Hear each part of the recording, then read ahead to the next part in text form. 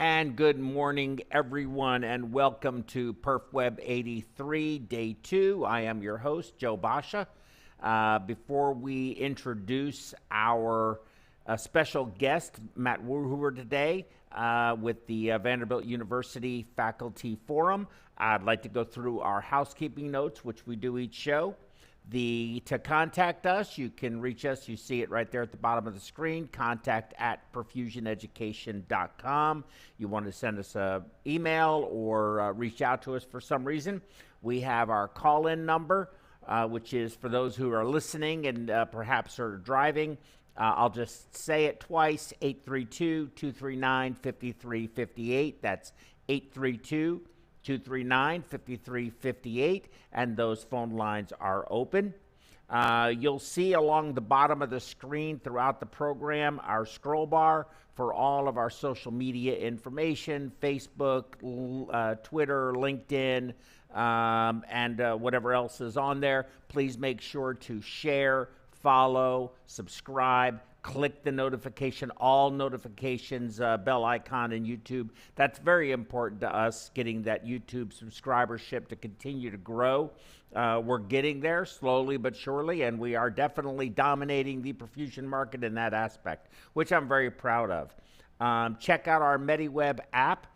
We have a critical care application for perfusionists. It's got a perfusion section. It has an ECMO section, hemodynamics, clinical calculator. It's got a conversion section and an IV rate and dose calculator, which is also a standalone app that you can get, but it's incorporated in the big app. This big app is $2.99 with continuous updates. We've updated it twice. I think we have another update that is going to be being released very shortly, continuing to grow that as a platform. You can get it at the Apple Store or the Google Play Store. So a great app. You can get yourself the critical care app. You can get your spouse, if they're a nurse, the IV rate and dose calculator app, and it's fantastic. We also have podcasts. You can find us on your favorite streaming platform and just look up PerfWeb, and all of our programs are put onto podcast pretty much as soon as they're completed and during, actually, while the program is going on. Is that correct? It goes on while the program is going, or it goes on? So it's actually live streaming the podcast, and then it stays up in the podcast library. So you can listen to our programs. Look for our new programs, which are going to be scheduled for September, October, November, and December. So if you've been waiting for that schedule to come out, it should be out within the next few days to week. And with that said, I'd like to move forward with our introduction of our special guest, Matt Warhoover. There he is, coming to us from Nashville, Tennessee, in his home office. And our topic today is going to be the future of organ procurement. So, Matt, welcome very much to the show. It's great to see you. I'm in your parking lot, by the way. I don't know if you noticed or not. But I thought I'd come over to the hospital and just hang out in your parking lot. Yeah, I saw that. I'd have been at the hospital had I known you were there. Say that again. I didn't quite hear that. Can you say that again, Matt? They had the volume a little low for me. I'd have showed up to the hospital this morning if I'd known you were going to be televising from the parking lot. Well, when we finish, we can go have ourselves some lunch. That'll be a great idea. So how's life treating you over there? Good. We're busy. It's good to be busy. Good. Yes, I understand that. In fact, I've got I looked up some information on organ procurement and transplants, and I'd like to get this started, if I could, with a couple of slides that I have. There's just 3 slides, just to look over a couple of things and maybe stimulate this conversation. But so before I get the first slide up, it looks like, from my best data, that there's been about 3,800 heart transplants done, and I'm not sure if that's just in the United States or worldwide. I think maybe I could ask you to perhaps give me some insight as to the total number of heart transplants that are being done. In addition to that, my understanding that there's about 2,000 people on any given day on the heart transplant waiting list, and that about 20% of those patients will die prior to them getting a heart transplant. So before I go on to those slides that I was going to talk about, can you tell us if that's about right? Yeah, it is. It's a little more than 2,000 people are on the list. And to your point, 20% of those people will not make it to get the transplant that they are so in search of, mainly because they either they'll have an infection, or they'll get a different organ system that'll go down, and they're not eligible for a double organ transplant for whatever reason that is, or they just succumb to heart failure. Yeah, that's really interesting. Before if you don't mind, I'm sort of going to just weave my way through this in sort of a freestyle way. When you talked about double organ transplant, I know that I think the record, if I remember right, is it a 3-organ transplant, or has there been more than a triple organ transplant done on any one patient? I don't think, I'm not sure. We do quite often. We do heart livers and heart kidneys. We do about one heart lung a year, but I do know of patients that have received 3 organs, just not at the same time. Okay. Yeah, I think there was a case that was done at Methodist. I think it was Dr. Dietrich was involved with it years ago here in Houston, and we're talking many years ago, and it had to do with the transfer of a patient to Houston Methodist, and they did a triple organ transplant on that patient. I'm not exactly sure how that patient turned out. I don't remember. I need to look that up and find out. But as far as if you're on the heart transplant list, can you maybe discuss a little bit about why you would not do the kidney as well? Is it a organ availability issue? Is it you just don't think that they would be able to tolerate both organs being transplanted simultaneously? What makes a person eligible for double organ transplant or ineligible for double organ transplant? I don't think we really know. I don't know. Yeah, I don't sit on the committee, but there is an organ transplant committee at Vanderbilt that happens once a week, and they add people and discuss the people that are still awaiting the list. And realistically, they work up people based on what their eligibility is and where they're at in the queue. What I understand it to be is if there's an organ failure and you get listed for, let's say, a heart, and then you go into some sort of renal failure, it's a whole nother process to actually go back and relist for kidneys while you're on the heart list. And if you're that sick to where you're having another organ go down while you're on the list, more than likely you become part of that 20%. If you look up the UNOS data on a day-to-day basis, if you look on there's the UNOS website, unos.org. If you look at the wait list snapshot daily, it ranges anywhere between 20% to 25%, what they call waitlist inactive due to another reason. And then there's a very small percentage, like a 1% to 2%, that are on the wait list now because of COVID precautions.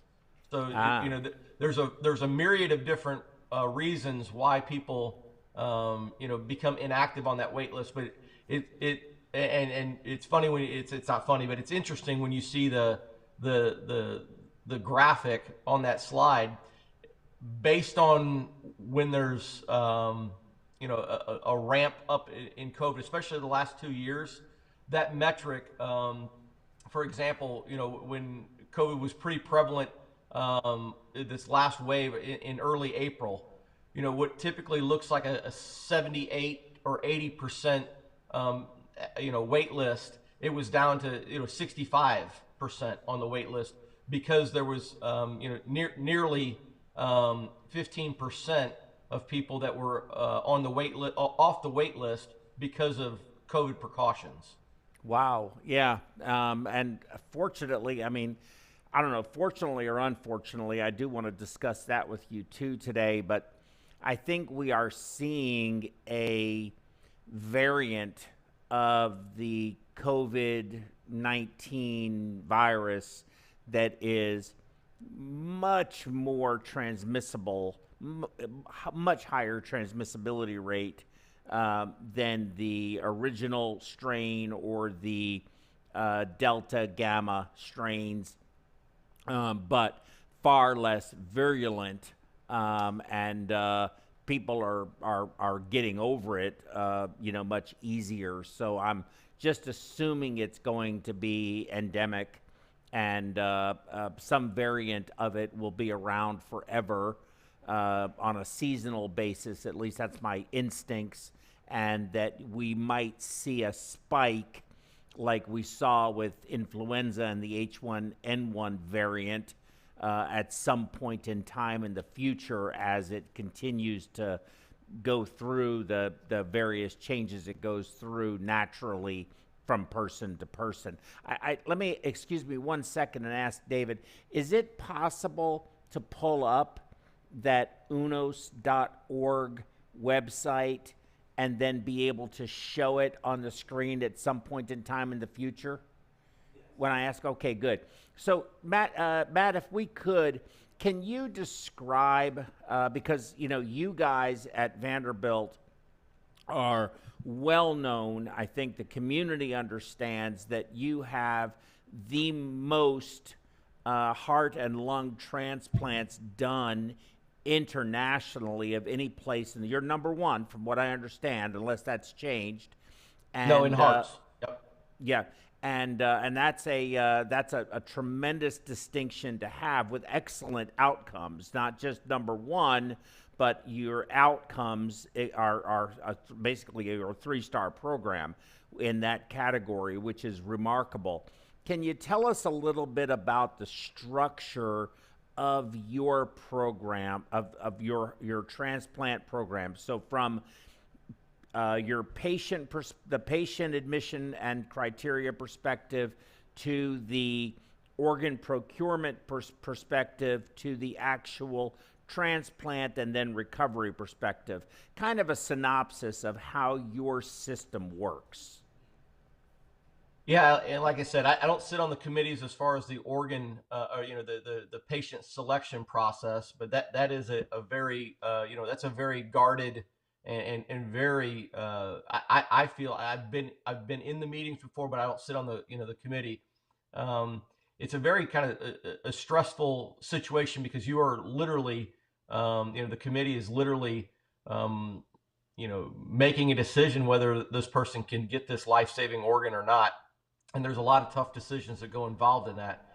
But as far as what the group is, I think that the real success of our program really starts as a team approach from the top down, from our chief of cardiac surgery, Dr. Shaw, to some of our leading cardiologists and heart failure docs, and really going out and robustly recruiting other centers to say that hey, we can take your patient if they're put on a wait list, or if it's a kind of a high risk transplant. We're starting to get a lot of transfers regionally, if not nationally, to our program, and so that's kind of a feed forward cycle. The tough part about that is that you're assuming higher and higher risk patients.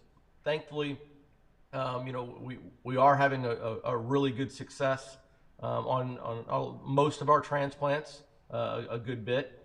And what I will say about it is that I think the key parts that people don't really can appreciate is our organ, procurement like coordinators. We've got two and now three, a third person's joined, but they are the real nucleus of our program. They are up all nights, all day and all night sometimes, looking and making phone calls and coordinating where these organs are available at, and trying to place and match and make sure that the logistics about going out and getting there, making sure that there's a team available for us at the hospital that we're procuring from, and then organizing it through a daily really busy cardiac surgery program, and trying to make room for these urgent, they're not acute, but they're urgent cases that for the transplants, that when we have to bring the organs back and set people up. I mean, it is a task, and those three people are really what I want to call, they are the hamster in that wheel that generates everything from the beginning. So without those three people, I think we would not be where we are today. Yeah, that's really interesting. I'm somewhat curious, and what do you do if you have a patient and there's an organ in Oregon, or Arizona, whichever the case may be, the heart that you want, and there's a patient in Philadelphia that wants that organ as well? What happens in that circumstance?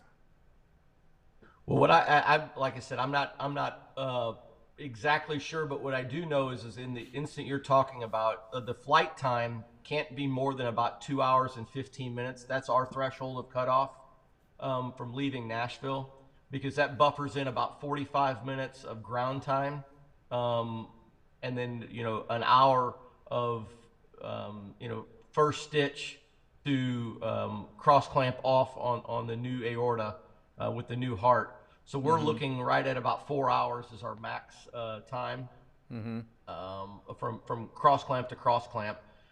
So if we are going to go further than Durango, Colorado, west, we can go pretty well anywhere north. We can go pretty well almost to Miami. Miami may be a little far for us, and then the Northeast we can get well into New York City. Maybe not much further than that. Now but that geographic area. Now it's good that we can. I'm sorry. We can get in that radius. But Arizona, Las Vegas, that's a stretch for us. We would have to put it on some sort of ex vivo device, whether it be Transmedics or the new it's under trial right now, is that ex vivo platform that they pump the lungs with, but they've got a cardiac disposable that it's in trial now. It started in November of 2020, and I believe it ends in December of 2023. Yeah, very good, because that's an excellent segue for us to actually get into the title of this session, this Fireside Chat, which is organ procurement. So could you go ahead and throw up that first slide that I had on the screen? Yeah, right there. So I wanted to show this slide and these slides come out of CHEW and the Journal of Thoracic Disease from 2019, and it sort of shows the various studies that have been done with NMP, which is mechanical perfusion, normothermic mechanical perfusion, NMP. And there's so many acronyms associated with all of this. But I saw that it went all the way back to Protect One in the EU that was done from 2006 to 2007, and this has to do with OCS, you know, the Transmedics device type, and I'm assuming that's what they were using here. And it goes all the way up to 2018. And then if you could go to the next slide that I have from the same study, they talk about these various different devices that are in some phase of study. The human studies over to the right are the Steen heart preservation system and the Life Cradle heart perfusion system out of Frisco, Texas. One's out of Sweden, the first one, and then out of Texas. Thanks very much. You can pull us both up.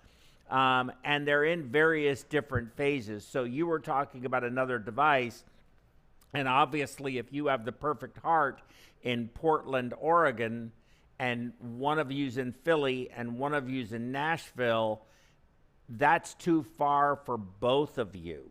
So we talked about organ procurement, and that's sort of the theme of this discussion.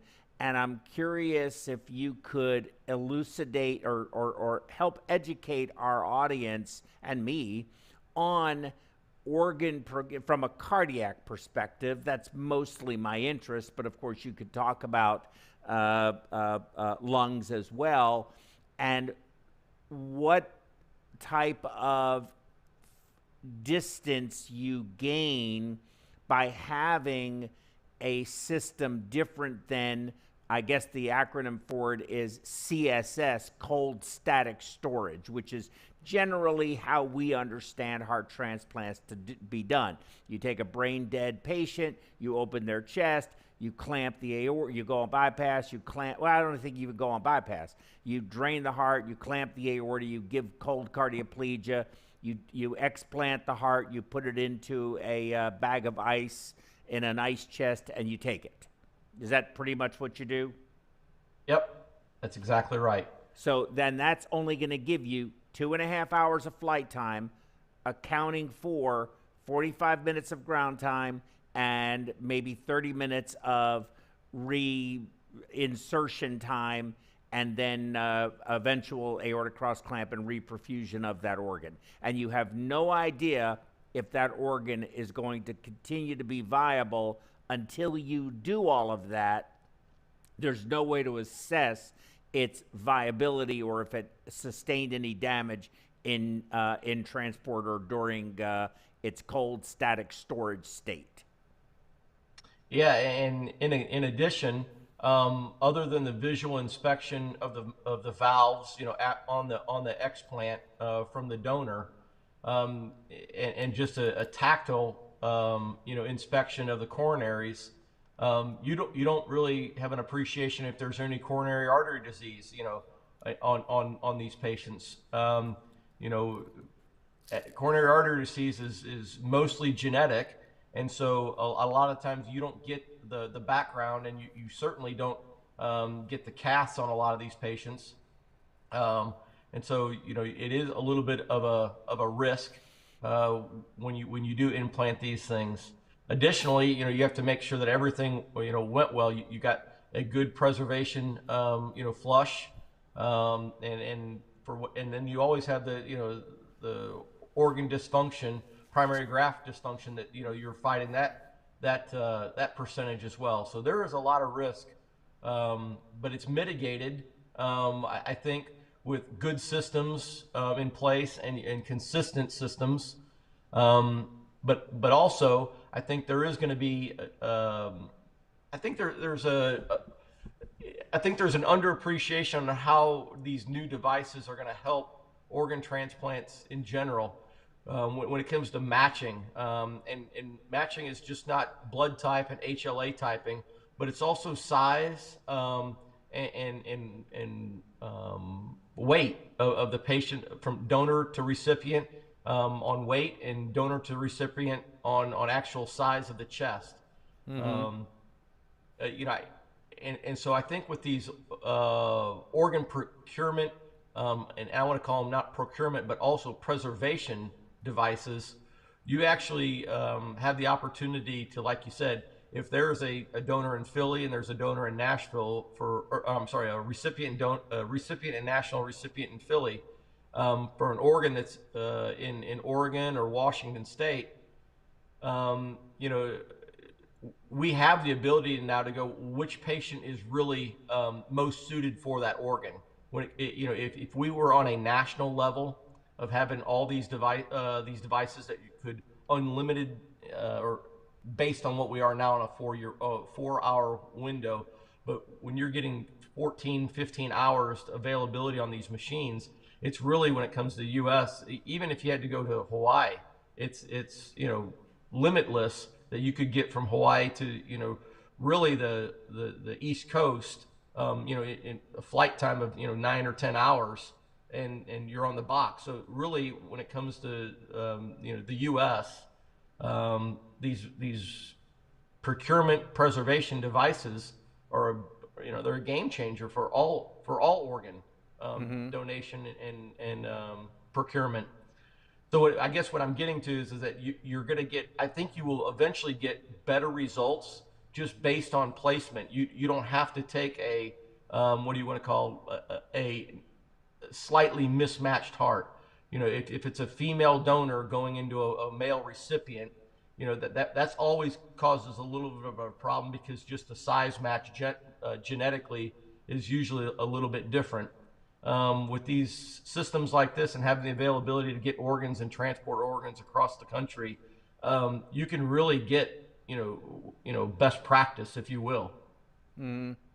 Very, very interesting. You know, I'm going to be doing a journal club tomorrow, and it's actually going to be on NRP. You have gotten me very curious about this, and I know you mentioned your director, Dr. Shaw, and it's actually his article, or it's actually a narrative, more of a commentary on NRP that he recently wrote. And I read it, and it was very, very elegantly written, and there's a lot of very interesting sort of twists and turns and nuances associated with it. For example, he makes a comment in there about NRP and the expansion of how it expands organ availability, but then discusses, of course, the process. But prior to actually discussing the process of NRP, which is really intriguing and potentially for some people emotionally disturbing, he makes a comment that the problem with NRP is NRP. And then he goes on sort of to describe the whole process, which again, I found I've gained an interest in this in our conversations with you. I find it very fascinating. But those are two different things, right? Your OCS technology is for being able to animate a heart and keep it perfused and functional for a much longer transport time, explanted time, or ex vivo living state, so to speak, to get it to someplace else for reinsertion for transplant. Whereas your NRP is really more designed to, at least this is my understanding, to expand essentially a very limited donor pool. Do I have it right, or is there some other aspect to this that I'm not quite seeing? No, that's exactly right. NRP is designed really to just expand the donor pool. You know, there are literally hundreds of organs that you know are lost weekly, that are very viable organs, that because the potential donors are not brain dead donors. They're not brain dead. They haven't been determined brain dead. They actually pass naturally. and without having a system in place to recover those organs like NRP, the hearts always are never utilized. And for NRP. those people watching, NRP, because again, there's so many acronyms, so many letters. NRP is normothermic regional perfusion. You take That's a patient, you let their heart stop beating due to hypotension and hypoxemia, or anoxia at that point in time, perhaps anoxic arrest, and then you rush them very rapid after a standoff period on bypass at normothermia, greater than 35, I think 35.5 degrees. You resuscitate the organs, sans brain. You isolate the arch vessels so that their brain does not see any perfusion. So they were dead, but not just brain dead, with organs that were never dead. But now you've taken a heart that has stopped beating because of hypotension and lack of oxygen, arrested, get on bypass, reanimate those organs, assess those organs, and then you have two choices. One is to explant it in the fashion that you normally would for cold static storage, ice bucket, go to the recipient, or to place it on an OCS device and then transfer it to wherever you're going to transfer it to, either direction. But that's the normothermic regional perfusion NRP process. It's exactly right. And so NRP is really to expand the donor pool. Now, OCS also has a DCD protocol with their device. So they also, have a stake in this, just like any other the organ procurement devices have. The difference between NRP traditionally with just a heart-lung setup or a modified ECMO circuit with an open reservoir, the difference is that you're able to reanimate these, these donation after cardiac death organs within the 2 hour, 2 hour and 15-minute flight zone, that you're able to recover those organs that would normally not be available or offered because of the non-brain dead status of the donor. And that's really changed the game for us. 43%, last week it was 43%. 43% of our heart transplants this year have been by NRP, wow. DCD. Wow. And so you're talking, I think we're somewhere in the 60 to 70 range right now. I don't know the exact number. We may be up to 80, but you're just call close to 50% of those. There's 35, 40 people out there with heart transplants that would not have an organ less this technology that we're doing. And the other thing about NRP, that there's some things that still need to be worked out as far as the data, because it is early. That slide that you brought up, I think the earliest cardiac DCD was, I believe, in 2016 on that slide that you had earlier. I don't know. Can you here? I have it right here. I have it. I have it right here. It is, because I wanted to show that slide. The earliest was no, Belgium, maybe. I'm sorry. Can you let me throw that slide up? Yeah, that one. DCD unpublished, 2017. Yep, 2017. Well, they were doing. Well, actually, 2014. 14, right? Okay. And so that's in and especially with a small n. We don't have really good data about what the long term. We know what the short term effects are. It's underappreciated because when you have an absence of brain activity, you get more of an allograft dysfunction. And we don't know if it's hormonal or what the reasons are yet, but those are the speculations. But more importantly, are we getting better long-term benefits? Because we know that vasculopathies have some contribution when it comes to hormones.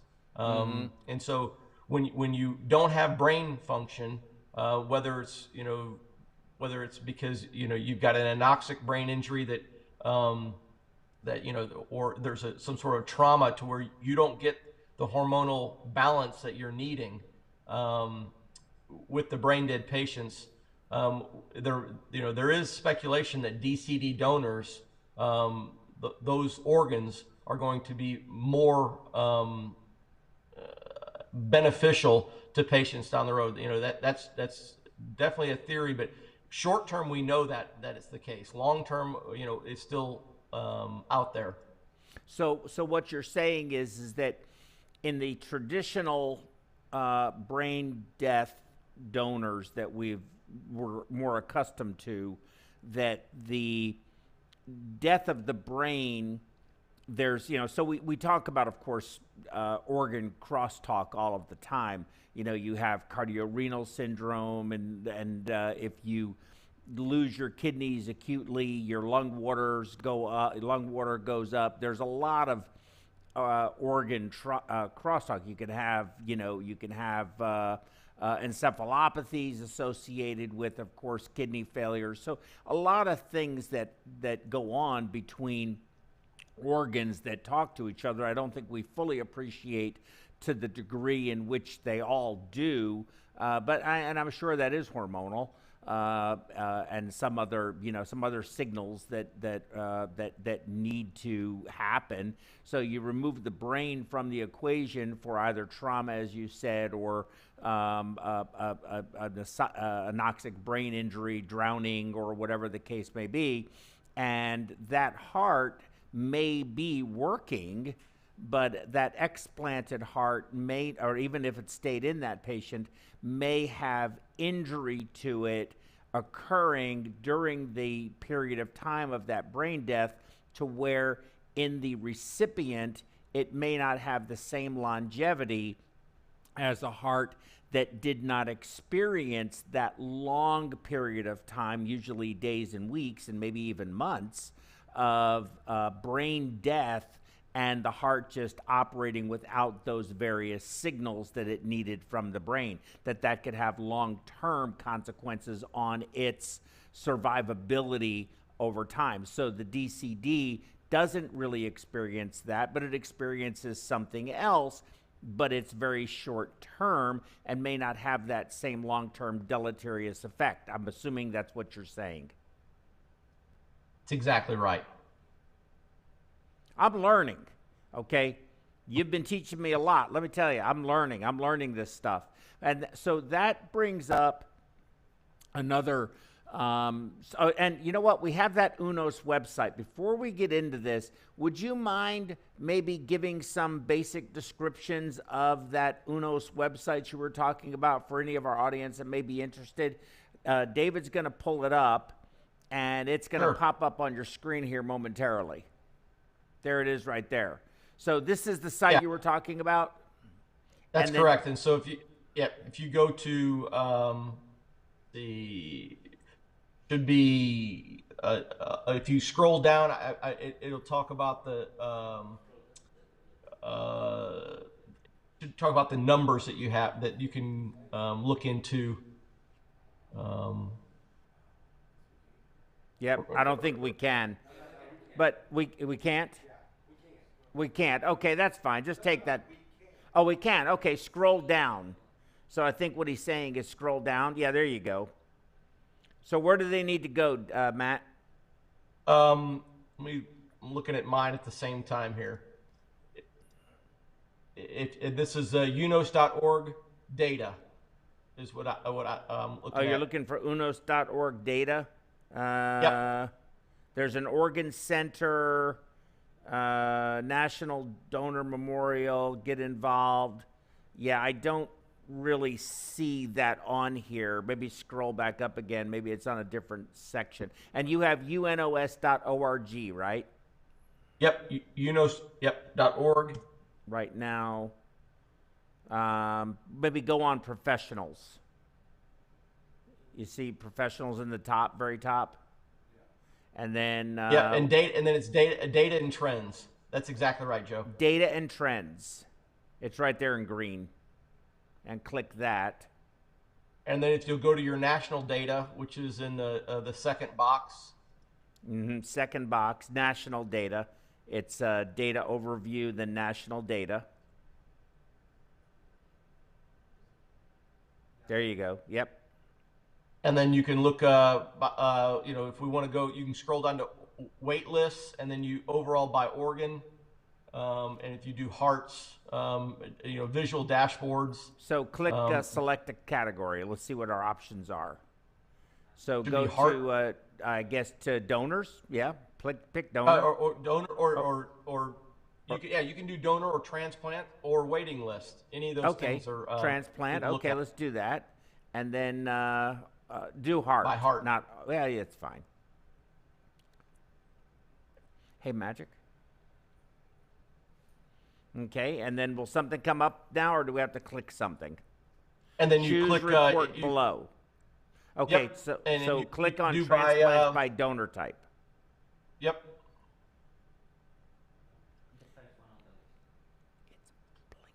And then so you can see last year, or year to date, we've done 2,200 hearts this year, in 2022. Okay, I see it. So down at the very bottom, all donor types is 85,000. In 2022, there were 2,265, and that's in the United States. That's all in the United States. Yep. And if you'll go back one.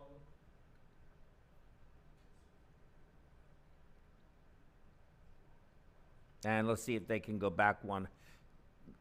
They're operating it from the from a different monitor, so I think it's more complicated than, it's not as easy as it seems. May not have been a great idea, but anyway, I think that's good. Let's just go ahead and go back to the. You got it? Okay, there, we're back one. Go ahead. What do you think, Matt? Are you kidding me? Okay, well, can we get him back up? Oh. Well, can you put me up and I can talk? So, so we had a little technical difficulty there. We were showing you the website. Probably could have been a little smoother. We did it, sort of last minute just to see if it would work, and but we're there. So we're getting Matt back up. But while we wait for him, oh, here he comes. He's back. Sorry. No worries. Hey, Matt. Yep. That's Cat technology cut the for you. feed. Sorry. Cat cut the feed. Yeah, exactly. Exactly. So that wait list slide is very interesting, in briefly, so we don't have to get into it. But it's funny. The wait list will add about 40 a week to the wait list, even though that we're doing between 60 and 80, sometimes 90 hearts a week nationally. So Okay. So the whole idea is we are constantly outpacing ourselves. There are more people added to the wait list than people are getting transplanted. Now the number just increases slightly on the wait list because, unfortunately, like we talked about in the first couple minutes of the program, it's a formula. It's people added to the list minus people that got transplants minus, unfortunately, the people that pass away while on the list. Yeah. And even with that, the overall wait list continues to grow, by 40, between 20 and 40 a week. Wow. And so, currently there's about, I think there's somewhere in the lines of 3,000 or 3,500 people on the wait list. Mm-hmm. And every week, anywhere between, like I said, 100 get added and 40 people get taken off the list. Because of whatever the process is, and then you have another 60 to 80 that are being transplanted. Yes, understood. Yeah, that's really interesting. So I'd like to shift gears if I can with the short time we have remaining. This Yeah. time frame is just not long enough for this.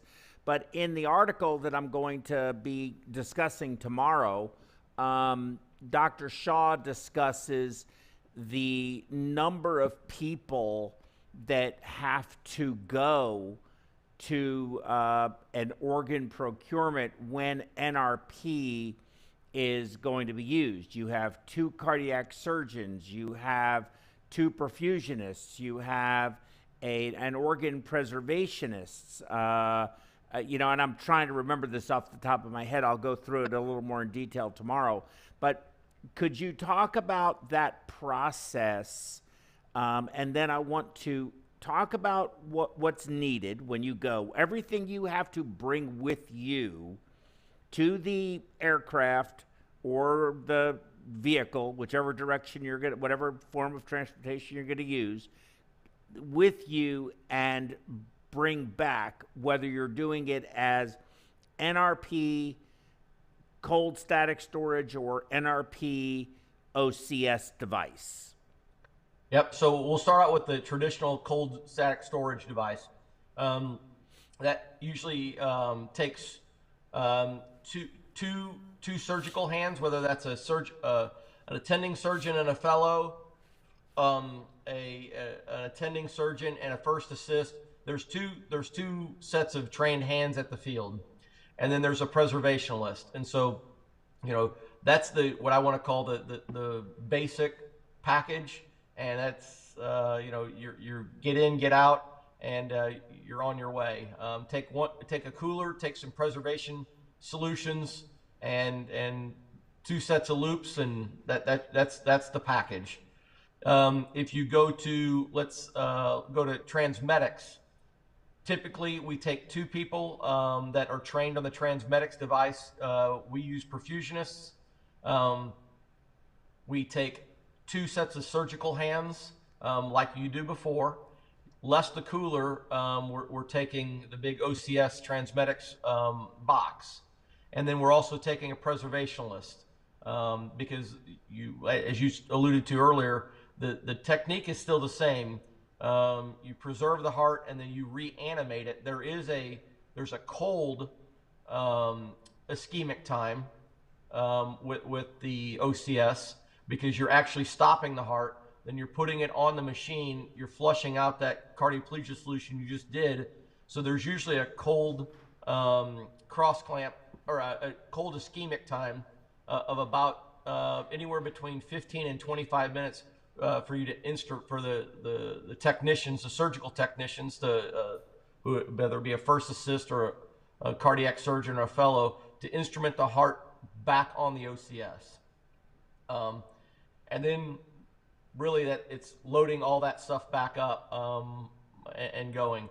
And then if you're doing the NRP, you're taking you know, the circuit, you're taking some sort of a centripetal pump, you're taking all those people we talked about, the same team as you would with an NRP, but you're also taking cannulas, you're taking hemoconcentrators, you're taking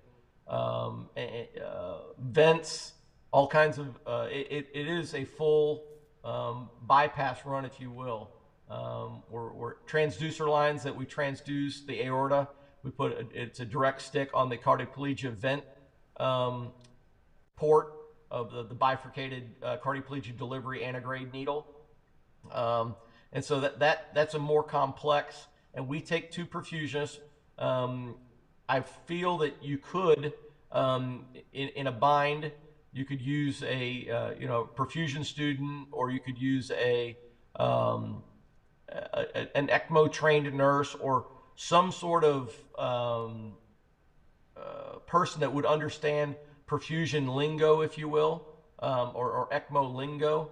But you have to have a technically trained helper with you, because you don't have all the luxuries, at least we don't take all the luxuries of having, you know, a level detector and an ERC clamp and all these items that you know, you're kind of confined on an aircraft to take the you know, bare bones, if you will.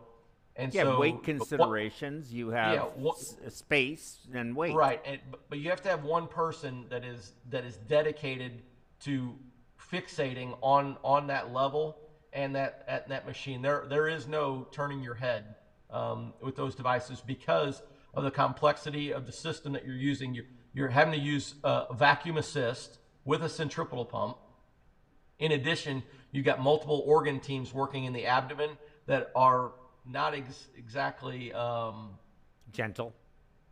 Well, gentle. They have to do their job too, but typically they don't have to worry about compressing the IVC.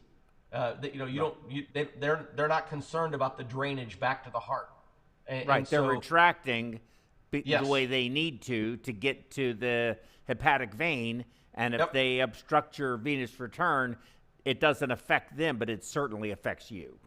Sure, and then you're also flowing at an index of 2.8 to 3, to hypoperfuse your organs. So you're also overflowing what you usually would. So everything is a little more dynamic as far as the ebb and flow of your level detector when you get some compression of an IVC, or sometimes they want to look at the back of the heart to make sure there's not an injury. A lot of these patients are trauma patients.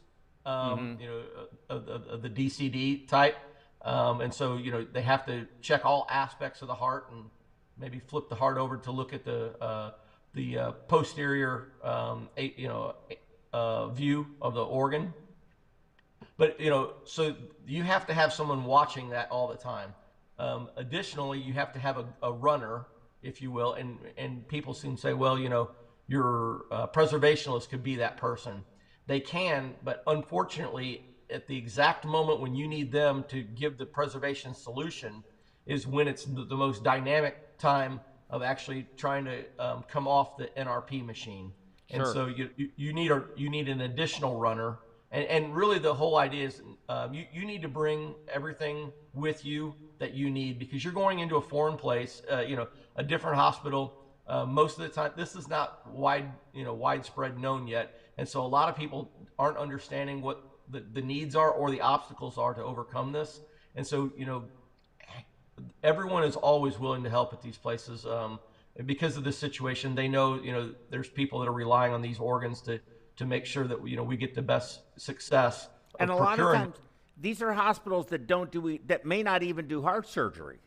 Absolutely. And the funny thing is that some of those places, they are the most willing to help because they've never seen it before, and they're just like, this is an important thing. And so the people that you're going to places, they're more than willing to help. It's just they don't have the knowledge, and they don't know that they don't know the obstacles that you're running into when you see blood going on the floor from the abdomen team. And then you're asking, hey, I'm going to need those units of blood. Can you get them?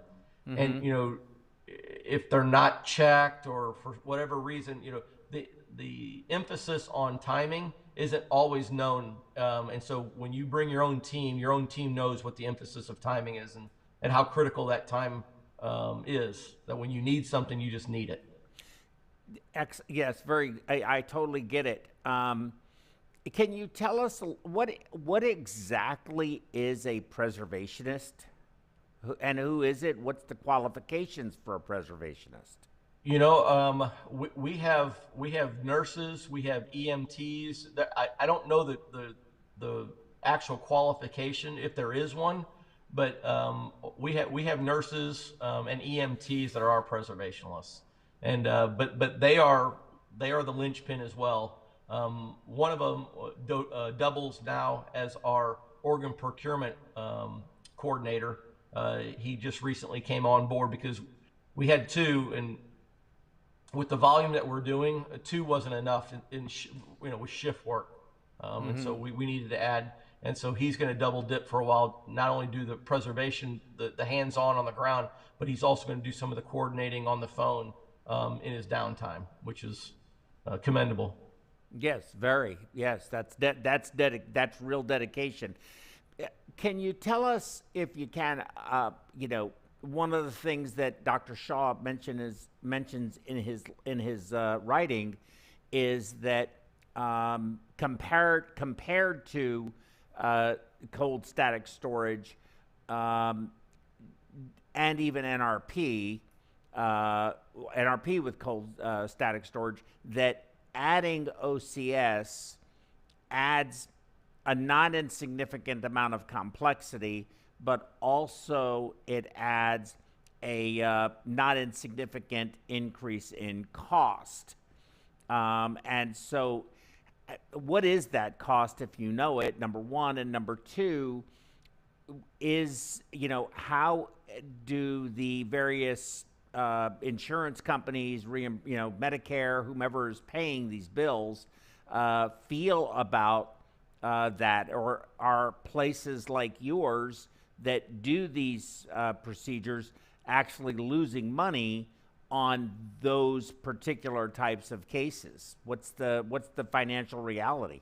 Well, what I understand to be, I don't think there's a difference in the DRG or the reimbursement. Cold storage, or you're using the heart in the box, the reimbursement is the same for organ transplant. As far as I know, there is an additional cost of having manpower go, like we talked about, from having the 3 people go on a traditional cold storage versus having 5 people go, whether it's NRP or OCS or some other organ preservation system. The cost of the disposable in these organ procurement systems is not insignificant.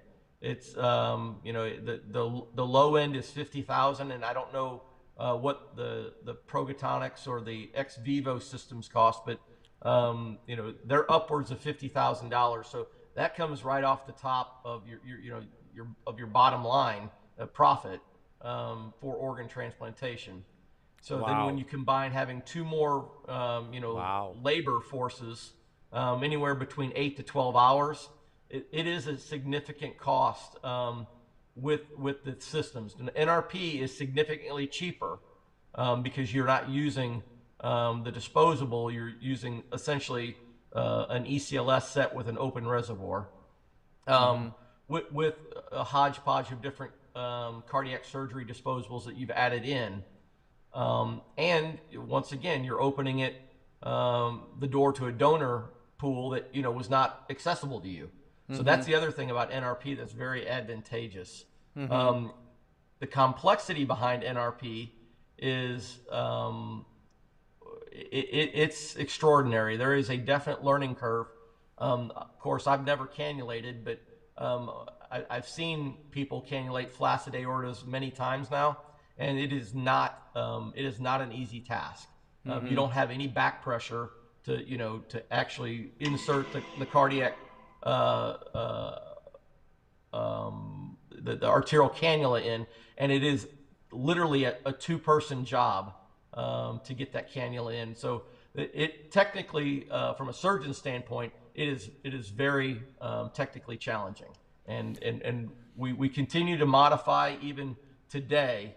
We're constantly modifying our technique and the chain of events and what we're doing to try to minimize bad outcomes, but also do things more streamlined so we can get on quicker, but by maintaining the safety of not dissecting the aorta going on, not giving a myocardial injury upon entering, because it is a quick, when they say your time's ready to go, you have to cut the chest, zip the chest, open the pericardium, clamp the head vessels first, then get your venous cannula in, drain the patient's blood back, because your heart isn't like a balloon, not beating, it's stretched. You want to decompress the heart to lower wall tension, and then once you've decompressed the heart and you've exsanguinated the patient, you've got a flaccid aorta that, because it wasn't beating, that you've got to technically try to get a cannula in without backwalling it, getting through all 3 layers of the aorta, and getting on safely without purse strings, because one person is just holding it in while the other person sews the purse strings on while we're flowing at 5 or 6 liters a minute. It's technically challenging. I imagine it is. We only have a few minutes left, and I have so many other questions I want to ask you. So I just have to ask this. I'm again uninformed, but I'm just trying to think. If you want to decompress the heart, I understand that. You have a patient who you've had a standoff period. That heart has been stopped now and distended, and every second from that point forward is going to make a difference in survival. So you have to get that chest opened. You have to get those. I don't know if you clamp the head vessels first. I'm not exactly sure the process, but wouldn't it make sense to at least put something? I mean, you could drain the heart through the aorta. You technically, I guess, could. Why don't you introduce into it first before going into the atrium and draining it that way? Because you do have a zero blood pressure, so the blood pressure is created by the heart, so it's just a vascular. The aorta is going to be flaccid whether you drain first or not. Yeah, you will have really a little more can't static. Squeeze it. Yeah, you'll have a little bit of static pressure, but essentially, it won't decompress the heart, because most of these people have a very, because we're there, we want to take the heart. They have a very competent aortic valve, and so you could squeeze the heart, but the problem with the venous pooling, it's just gonna pull back up from the venous side. Yes, I understand. Yeah, that makes sense. Okay, I get it. I get it.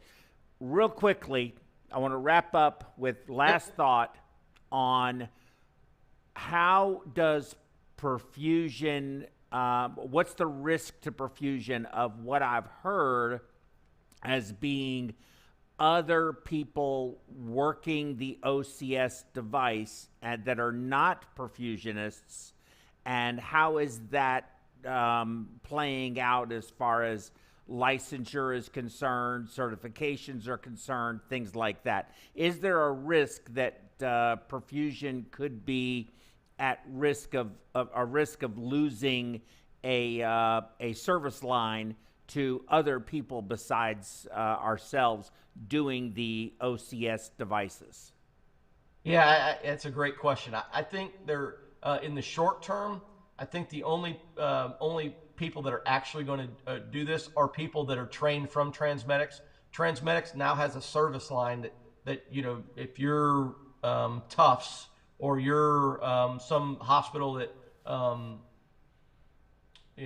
doesn't have a team that they feel they want to send out, or they don't think it's economic to send it out, that they will Transmedics will go out and send their team out. I'm not sure if they're perfusionists. I don't know what the background are, but for a fee, the Transmedics will go harvest an organ for you on their box. To your point, there are already kidney and liver, quote, they call themselves perfusionists. They run these devices, the kidney pumps, the liver pumps.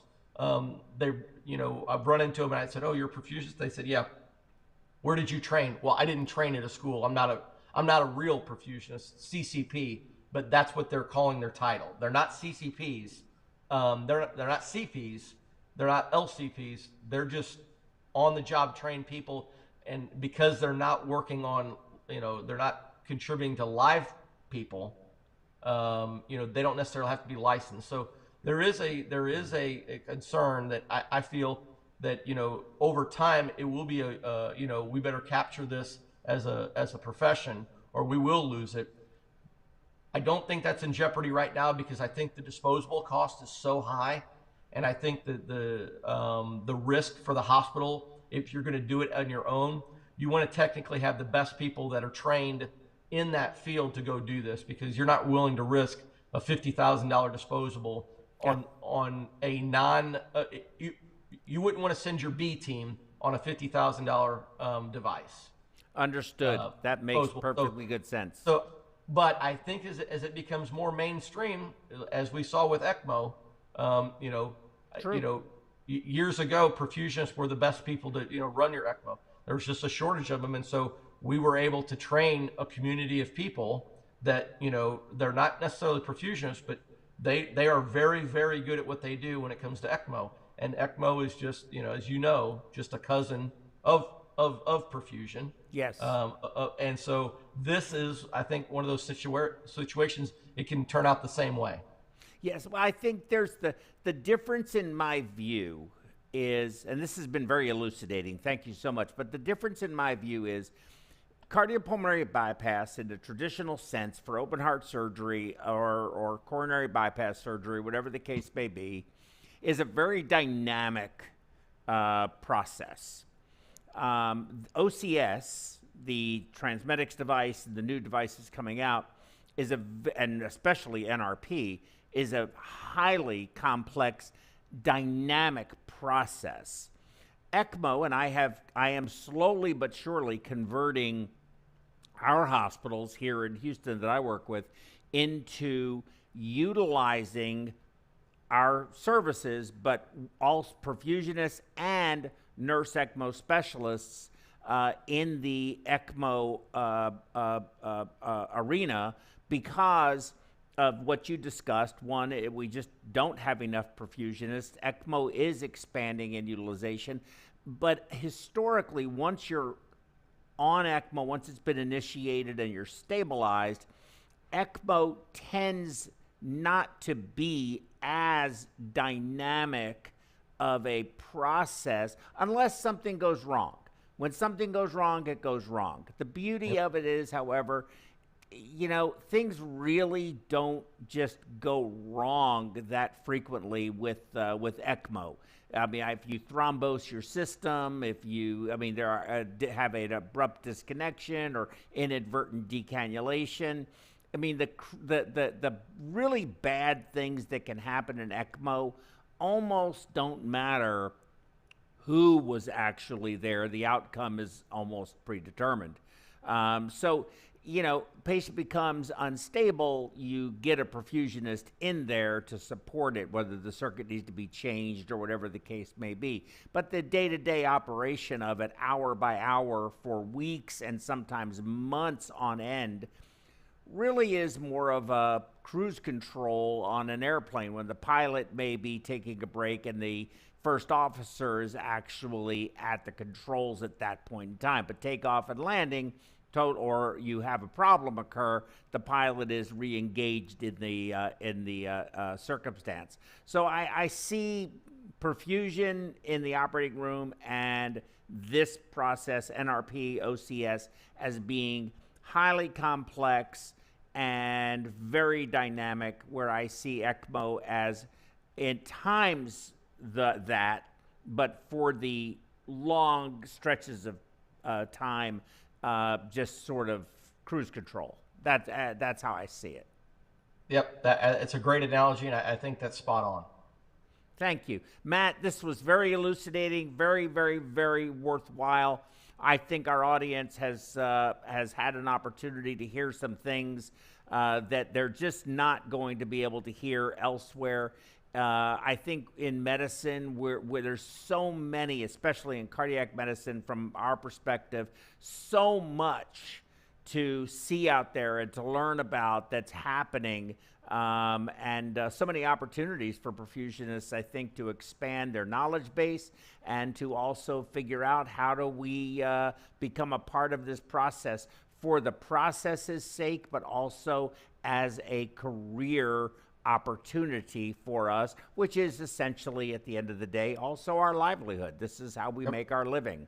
And it takes a lot of work to get to that point, but I think that the fruits of your labor are worthwhile. And you also feel really good about what it is you do, being a part of such an interesting solution to a really big problem, which is getting organs to people who really need them. Agree. Well, Joe, I appreciate you having me. Thank you, Matt. It's great seeing you. Hey, your office looks really nice today. Man, either you did some really hard work this morning, or you finally just decided we're going to keep it like this. I'm not sure which direction it went. Thanks, Joe. I'll try to always raise the bar. You sure do. Is that sheepskin on that chair over there? Oh yeah. It's custom. Man, sheepskin, man, I'll tell you what, you have spent a lot of time in that chair. Take care of yourself, Matt. I need to call you later. I need to talk to you about something anyway. Great seeing you. Thank you so much for everything, and I will talk to you again soon. Thanks, Joe. Bye-bye.